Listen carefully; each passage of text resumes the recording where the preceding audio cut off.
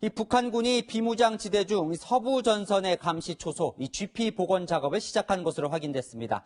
이 남북 군사 합의에 따라 폭파시켰던 GP들입니다. 그러자나도 상상을 뛰어넘는 조치가 있을 것이다. 북한이 오늘 이렇게 추가 도발을 예고하면서 긴장은 높아지고 있습니다. 이 북한군 GP와 머지않은 경기 파주에 저희 유주은 기자가 나가 있습니다.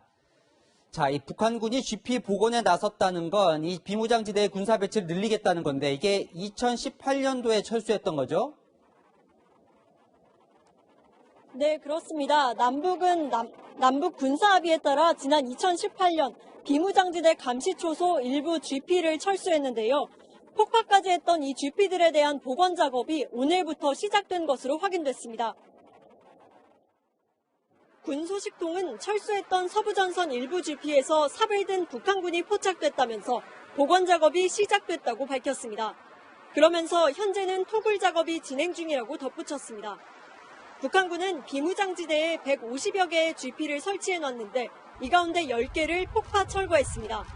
폭파한 GP 지하에는 땅굴 같은 지하 공간이 여전히 남아있는 것으로 알려지고 있습니다. 예고한 대로 비어있는 GP에는 경계병을 다시 투입한 것으로 전해졌습니다. 비무장지대에서 철수하였던 민경 초소들을 다시 진출 전개하여 전선 경계 근무를 철통같이 강화할 것이다. 노동신문은 오늘도 연속 터져나올 정의의 폭음은 사태의 추이를 놓고 떠들어대는 자의 상상을 훨씬 뛰어넘는 것으로 될 수도 있다고 위협했는데요. 추가 도발이 임박해 보입니다. 자, 2년 전 남북 합의에 따라 우리 군도 이 비무장지대 GP 10곳을 폭파시켰는데요. 그럼 우리도 다시 복원을 하는 겁니까? 예, 당장 복원 계획은 없습니다.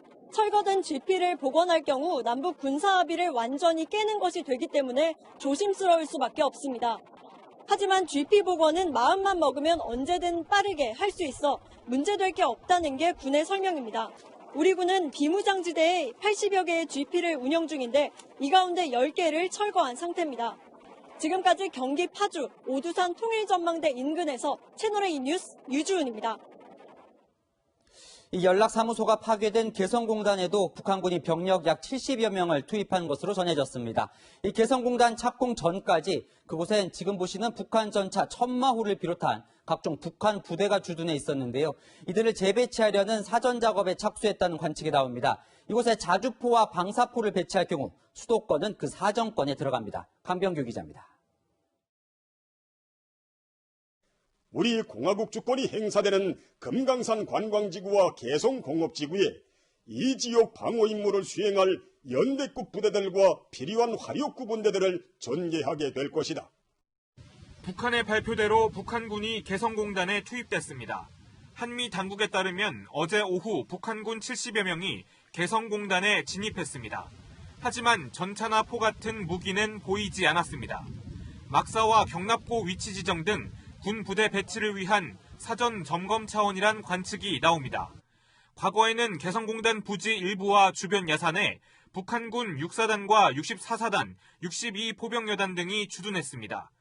2003년 12월 개성공단 착공을 앞두고 이 부대들은 100km 이상 후방으로 재배치됐습니다. 전문가들은 우리 측에 보여줄 메시지의 상징성을 고려해 개성공단 지구를 군 주둔지로 지정할 가능성이 있다고 전망했습니다. 군사합의뿐만 아니라 과거에 우리가 남북의 어떤 평화적 상징인 부분에 대해서 그 의미를 퇴색시키려 하기 때문에 개성공단 내부 또는 아주 가까운 주변이 군부대가 주둔할 가능성이 매우 높다고 보여집니다. 개성공단 착공 이전처럼 포병, 기갑부대 배치가 예상되지만 17년 가까이 흐른 만큼 화력은 크게 업그레이드 될 것으로 보입니다. 착공 이전에는 사거리 50에서 60km의 자주포와 방사포가 배치돼 서울을 위협했지만 사거리 200km의 300mm 방사포와 신형 전차들이 배치될 수 있습니다. 경기 남부 지역은 물론 육군 본부가 있는 계룡대까지 위협할 수 있는 거리여서 군 당국이 예의주시하고 있습니다. 채널A 뉴스 강병규입니다. 이번엔 개성보다 더 서쪽으로 이동해 보겠습니다. 이 북한군이 10년 전 포격 도발을 했던 연평도에 취재기자가 나가 있는데요. 어젯밤 우리 군의 움직임이 포착됐다고 합니다. 자, 최선 기자, 우리 K9 자주포가 섬을 빠져나가는 모습이 포착됐다면서요. 왜 나간 건지 궁금하네요. 네, 연평도에 배치된 K9 자주포 6문이 어젯밤 섬을 빠져나가는 모습이 포착됐는데요. 육지에서 예정된 사격 훈련을 하기 위해서인데 서해 포사격을 중단한 9.19 남북 군사합의에 따른 조치입니다. 장비 순환 훈련인 만큼 전체 포수는 변동이 없지만 북한이 군사합의를 사실상 파기한 상황에서 우리만 원칙을 고수하고 있다는 지적도 나옵니다. 지난 주말부터는 연평도 부대에 자리를 지키라는 지시가 내려졌습니다. 북한의 포격 도발 시 바로 대응 사격을 할 수 있게 하기 위해서입니다.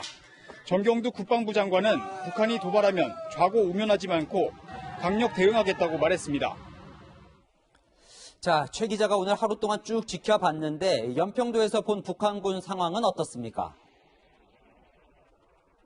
네, 오늘은 장소를 좀 이동해서 영평도에서도 북한과 가장 가까운 해안가에 나와 있습니다. NLL과 불과 1.5km 정도 떨어진 곳인데 해무가 거치면서 장제도는 물론 희미하게 개머리 진지를 보실 수가 있습니다. 오늘도 북한이 해안포 포문을 열었다거나 하는 특이 동향은 확인되지 않고 있습니다. 하지만 북한의 훈련 재개 예고에 긴장감은 높아진 상황입니다. 연평도에 설치된 총 8곳의 대피소를 제가 찾아가 봤는데요. 포탄이 뚫을 수 없는 두꺼운 콘크리트 시설엔 간이 수술 시설과 병상이 마련돼 있었습니다.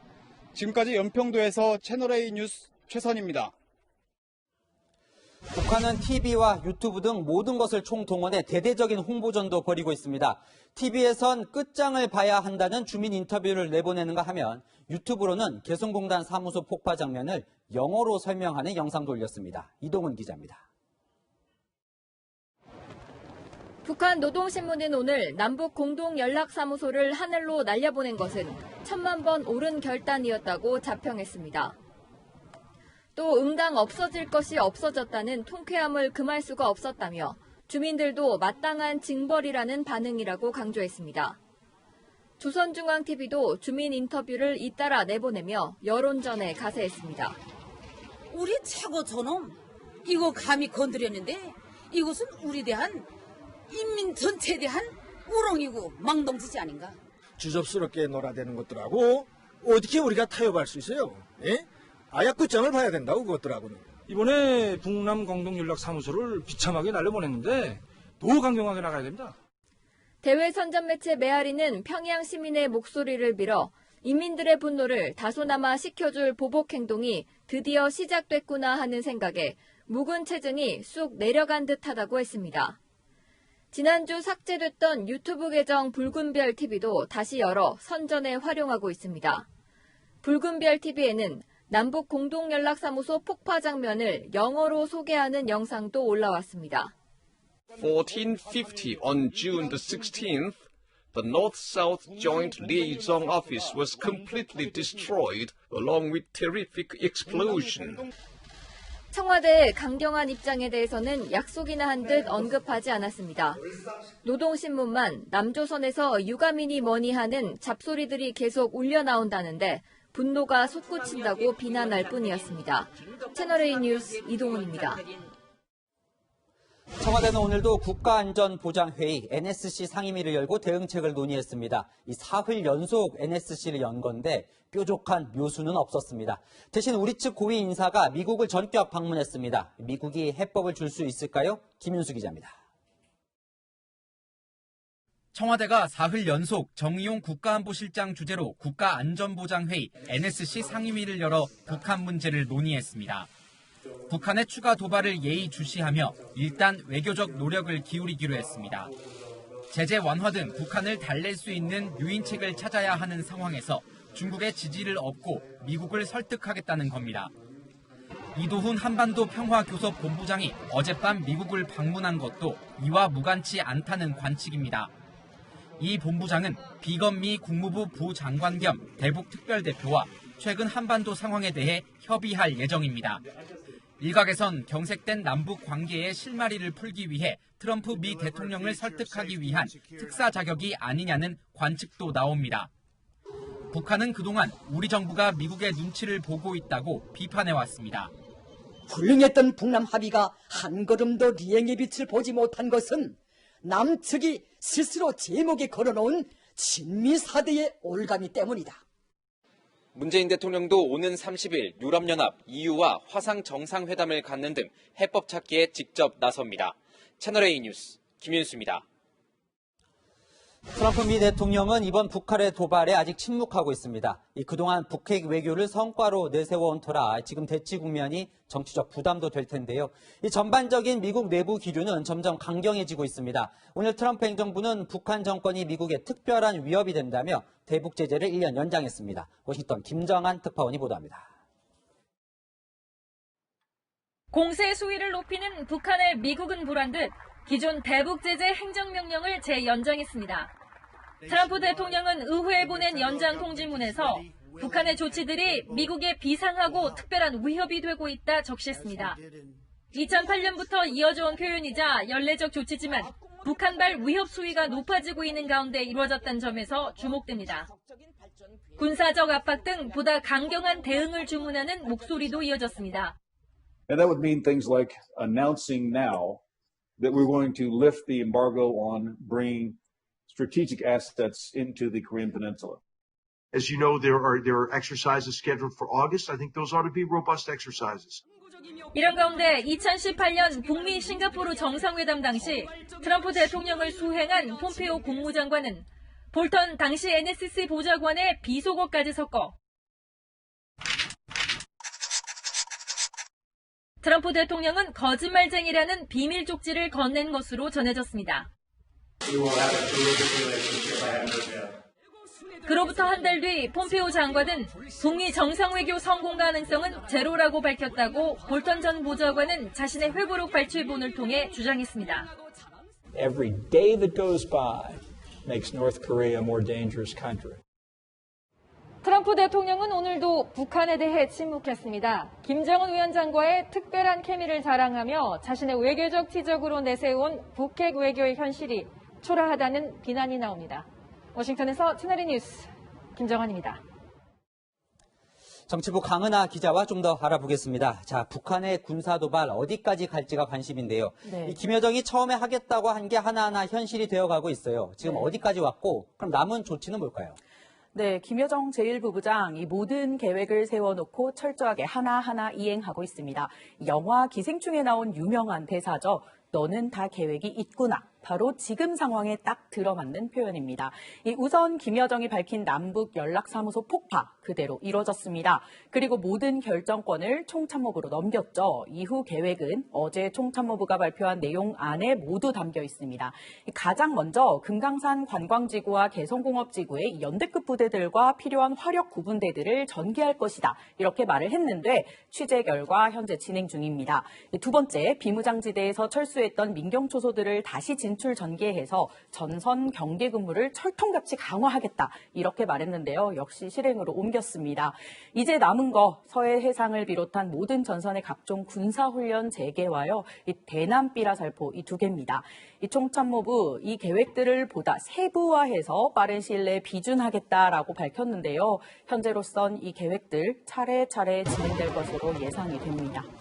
이렇게 북한이 이미 세워진 계획대로 가고 있다면 이것을 막을 우리 정부의 뚜렷할 방법을 찾기도 쉽지 않은 거죠. 네, 지금으로서는 사실 막을 방법이 없다. 이 표현이 맞을 것 같습니다. 북한은 이미 예고한 대로 행동한다는 것을 보여주고 있고요. 북한 주민들에게도 모두 공개하고 있는 상황이죠. 우리 청와대 정말 답답할 겁니다. 어제 문재인 대통령이 외교안보 원로들을 만나서 이렇게 말한 것으로 전해졌습니다. 올해는 남북 관계를 풀려고 했는데 뜻대로 안 돼서 아쉽다. 결국 우리 정부 강경 모드로 돌아섰습니다.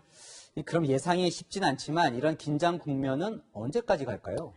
네, 이 북한의 군사적 도발 어떤 형태든 아마 조만간 있을 것으로 보여지는데요. 정도가 문제입니다. 이 많은 전문가들은 이 대북 제재를 크게 위반하는 정도까지는 가지 않을 것이다 이렇게 예상을 하고는 있지만 이것도 장담할 수는 없는 상황입니다. 이 같은 북한의 위협과 도발은요, 결국은 미국을 겨냥한 것인 만큼 11월 미국 대선 전까지는 이어질 것으로 예상이 됩니다. 앞서 전해드린 대로 미국에서 존 볼튼 전 백악관 보좌관이 쓴 회고록 때문에 난리인데 그 책 속에 지금 남북 정세에 중요한 단서가 들어있다면서요. 네, 그렇습니다. 지금은 트럼프 대통령의 앙숙이 된 존 볼턴 전 국가안보보좌관이 폼페이오 미 국무장관의 말들을 폭로했죠. 아까도 보셨지만 이 폼페이오 미 국무장관이 1차 북미회담 도중에 트럼프 대통령을 거짓말쟁이 이렇게 비하하는 쪽지를 보내기도 했고 또 한 달 뒤에는 북미 외교에 대해서 성공 확률이 제로 이렇게 말을 했다는 겁니다. 이 볼턴 전 보좌관은 트럼프 대통령이 북한의 비핵화보단 이 싱가포르 회담을 홍보 행사로 여겼다고 밝혔습니다. 결국 트럼프 대통령이 진정성 없게 이 북미 대화에 임했다는 건데요. 북한은 그 책임을 지금 우리에게 돌리고 있다. 이렇게 볼 수 있겠습니다. 이 북한이 오늘 또 이 향후 조치들이 상상을 뛰어넘을 거다 이런 말도 했어요. 그럼 네. 또 뭐 더 뭔가가 있을 거다 이렇게 봐야 할까요? 네, 오늘 사실 북한은 단호하게 연락사무소 폭파가 첫 시작에 불과하다 이렇게 말하면서요. 이 사태의 추이를 놓고 떠들어대는 자의 이 상상을 훨씬 뛰어넘을 것으로 될 수도 있다. 이렇게 위협을 했습니다. 이 북한이 요구하는 대북전단 살포를 금지하는 이런 태도들, 우리 정부는 나름대로 여러 조치를 취하고 있습니다만 이 북한은 쉽게 태도를 바꿀 것 같지 않습니다. 우리 정부 단호한 태도와 대비 태세가 중요한 이유입니다. 그래요. 이 만반의 대비가 중요해 보이네요. 지금까지 정치부 강은하 기자였습니다.